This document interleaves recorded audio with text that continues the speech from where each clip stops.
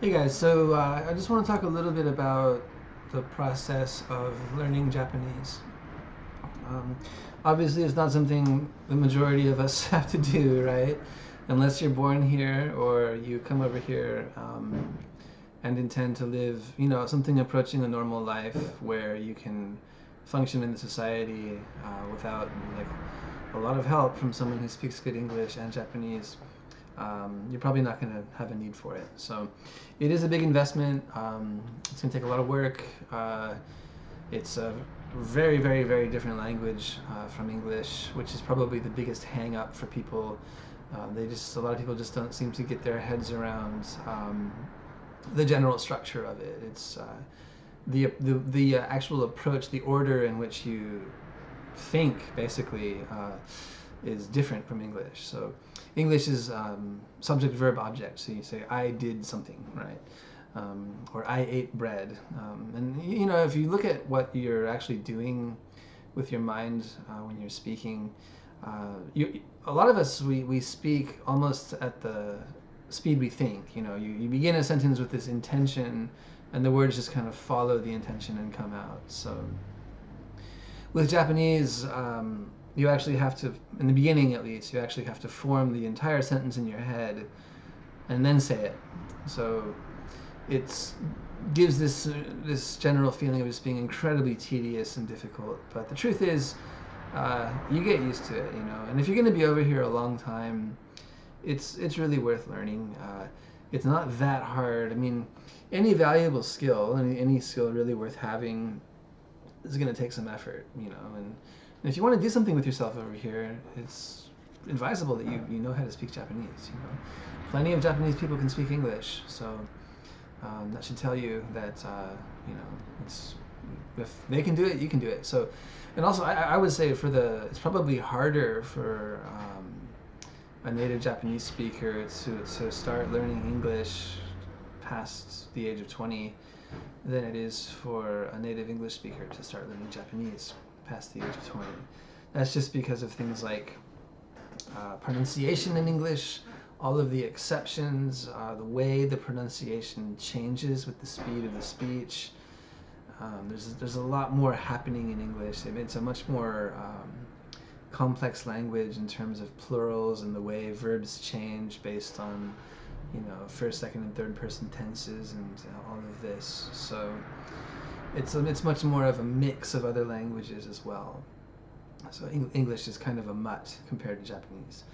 Japanese rules are very clear. Pronunciation is also like exceedingly clear most of the time. There are a few exceptions where someone might have a strong accent. I've noticed people in the far south have kind of like a muttering accent, like down towards Okinawa. But it's nothing like English. I mean, I've met native English speakers, from different countries like Scotland, that I couldn't understand. It's like I couldn't. I just said, you have to slow down. I have no idea what you just said. To date, that's not really happened to me in Japanese, as long as the people are speaking the standard dialect. It's called Hyojungo. So every prefecture, to my knowledge, every prefecture, or at least most of them, have their own dialects, and they're very different. You won't be able to understand them based on just listening to them. Their actual dialects, the grammar and whatnot is different from the standard Japanese. So it's nice that they have it. Hyojungo is kind of the equivalent of, I guess you could say, like BBC English in England, which came about, to my knowledge, after the radio became common in the home. For the first time, people in the south of England found themselves listening to people in the north, and those in the east found themselves listening to people in the west, and they were accents they'd never heard before, and they could not understand them. So BBC English was devised as a way that the kind of the national English that everybody could understand. So anyways, so I came over here when I was 25, and the last thing I wanted to do was study Japanese. I had really mixed feelings about coming over here as the day drew closer. I had been away from my wife for almost 10 months, but in those 10 months, I'd spent 1 month over here, and then she'd come back for the wedding in August for like 2 weeks, And just naturally, if you're living in two different countries, things are going to change. You know, she kind of got absorbed back into the culture and life here, and then I ended up moving down to my father's house just to say goodbye to friends and wrap things up. It's a big deal, you know, leaving the country. I wanted to just, you know, make it as the most thorough goodbye I could. And I came over here and it was just like, oh boy, you know, well, like what? It was just crazy, you know. Here I am in Japan. It was wintertime, right around this time of year. No friends, no money, no job. Things were pretty good with my wife. The family was supportive enough, but still, I couldn't talk to them. They couldn't talk to me. Only my wife spoke English. And that was my start. And so my wife took me to the equivalent of a dollar store in Japan. It's called Daiso. They call them 100 yen shops, which means 100 yen shop, which is like, you know, 100 cents, give or take. And we bought these hiragana coloring books. They're for 3 years old. 3 years and up is what it says on the text, Sansai Ijo. And that was my humble beginning, working through these books that were meant for 3-year-olds, learning the symbols. And I didn't like it. I felt really just frustrated by it. I didn't want to be. I'd rather be watching a movie or drinking a beer, you know. I was facing some pretty serious depression looking back. But anyways, I got through it and then found that I could actually, you know, read the hiragana around town, and just having that constant visual input all the time, you find yourself absorbing things and kind of working on phrases and words you hear and see. And I joined a class at a local community center. It was once a week for 90 minutes after I found a job, and just kind of dabbled at it. For the first year or two I was here, but I stuck with it. You know, I have that personality where if I start something, I kind of just stick with it. Even if it's not really intense, I'll still be doing it like 3, 4, 5 years later. So that was what happened with Japanese. And I noticed people started saying like, do you study Japanese a lot? I can't study it.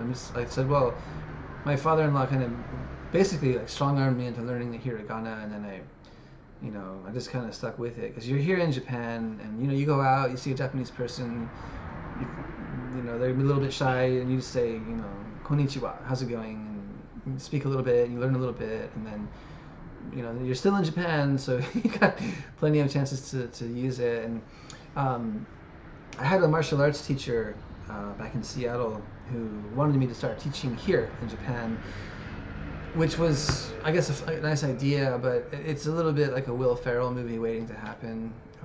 My teacher was the real deal. But anyways, I was young and dumb, and I thought, okay, well, having a target is really helpful for learning a language. If you're just studying a language to study the language just for its own sake, you kind of end up just dabbling forever, which is what a lot of students, English students in Japan do. They come once a week with their friend, and it's the kind of, Wednesday late morning English class followed by lunch with a friend ritual, and it is what it is. But it's very rare for students in that situation to ever go beyond a certain level, because they're not aiming at anything. You really need, the language should be a medium, it should be a means to an end. And if the language is the end in itself, it's kind of like, it's just a very vague goal. So I decided I would learn all of the vocabulary and how to explain all of the dynamics of this martial art in Japanese. And that was really, really helpful, because when we talk about language, there's like a core of, I don't know how many words, but probably 300 to 500 words. Maybe 100 to 200 verbs, 100 to 200 nouns, and then a couple hundred adjectives that you can use for most situations. And you have to learn to just communicate simply. Don't try to wow people with your vocabulary. Just be simple, and really focus on listening, and write stuff down and review it. And if you do that, even just 40 minutes a day, an hour a day, and just make time and set a timer and just do that, you'll find yourself absorbing the language. And then, of course, if you're in Japan, you can go out and use it. You can talk to people, And today with smartphones, there's all kinds of apps, Facebook, Line, Facebook Messenger, where you can write perfect kanji, as long as you know what it looks like. Personally, I haven't invested much time in learning to write kanji by hand. I can write my address and my name in katakana, and occasionally if I have to take packages back, I kind of just fumble my way through writing it in the post office. They have these forms you have to fill out. So anyways, my point is it's really just about consistency. It's like anything. If you want to become good at something difficult, you're going to have to find a way to just expose yourself to it consistently over a long period of time. And we naturally do that for things that we consider fun, whether it's like snowboarding or cycling or playing video games or painting or drawing. I mean, there's people out there with just amazing abilities. I remember I dated a girl in art school who could draw people with pencil, and it looked photographic. It really looked like that person, and I just could not understand how she could do it. And she said, I just look at what they look like and I just draw that. And I've been doing that for, as long as she could remember. We were like 18, so couldn't have been that long. But my point is, with consistency, you can develop skills that you might consider impossible, as long as you just stick with it. It's just about that consistent practice and having a need. In the case of artists and stuff, I suppose, I don't know what the need is. Maybe it's a case-by-case type of thing, but I suppose it's just this need to express something and to be able to do it more and more clearly each time. But with language, the need, if you have a family, you want to be able to understand your own kids. You want to be able to talk to their teachers or the neighbors. If you're married here, you're going to be here, indefinitely. You want to be able to go to the store or the post office or answer the phone, or there's just an endless amount of things. And if you do speak the language, opportunities do open up. You can start your own English school and then cut out all of the need for staff and translation and all of that. If I didn't speak Japanese, there's no way I could have opened this school. My wife flat out said, I'm not going to help you with that. I'm too busy. She's a manager at her work. We've got 3 kids. She's on the PTA. You've got to pull your own weight, and learning the language over here just puts you in a position to just have a better life. So yeah, it's hard in the beginning, but you're just gonna have to stick with it. Time passes so quickly. I'm already into my 14th year here, and I can remember this time of year when I first came over here. I went to the Central Park downtown, and just walked around, and it's called Castle Mountain. And like a lot of people who live here don't even know this, but if you go to the top, it's this big empty field where the castle used to be, and you can see it 360 degrees all around the city. And I went up there and was just like, dang, here I am, And I remember always being focused on the airplanes flying over. Like, wonder where they're going. I came over on one of those. Was that the right thing to do? And just the daily life, the habits. Get out and do something. If you're gonna go to a cafe, take a book, study some Japanese, learn a few words, review a few words, take a quiz, just keep doing that, and it will come.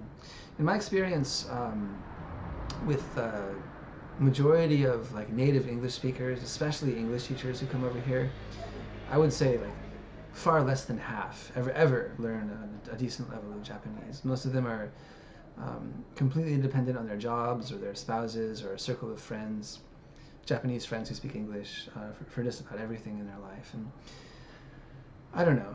I don't feel comfortable with that. I'm not trying to judge or blame, but there's a time where you have to say like, okay, is this really what I want to do with my life? Do I want this kind of limit on my capacity? People make excuses, oh, Japanese is too hard, or I'm too busy, or my brain won't absorb it. I've heard that one a lot. It's just this, but it's like this aggressive denial that you're obviously embarrassed and you're obviously lazy, and you don't want to admit it. You'd rather go watch Amazon Prime and drink than study. Hey, I like to watch Amazon Prime and drink too, but I also, I take care of priorities. The fun stuff should come after the effort you put in to make use of this time in one day to better your future. Is kind of my philosophy. So anyways, that's my story on it. It's just one of those things, you know. If you're going to live in a country that doesn't use English, you should probably study the language and just stick with it until you get it. And stop. Don't have these crazy expectations or these crazy excuses on one side or the other. Just put a little bit of effort in. You learn to walk, you learn to eat, you learn to speak, you learn to write and read and ride a bicycle and type and, you know, all of this stuff. These were all monumentally difficult things when you first took them on, but now they're not. So that becomes true with studying Japanese, or as I'm finding now, also software development. I had times I was so frustrated I wanted to cry. I thought I was just so dumb I couldn't do it, but it's just a matter of sticking with it. And it gets easier and easier. So, okay, that's it for this one.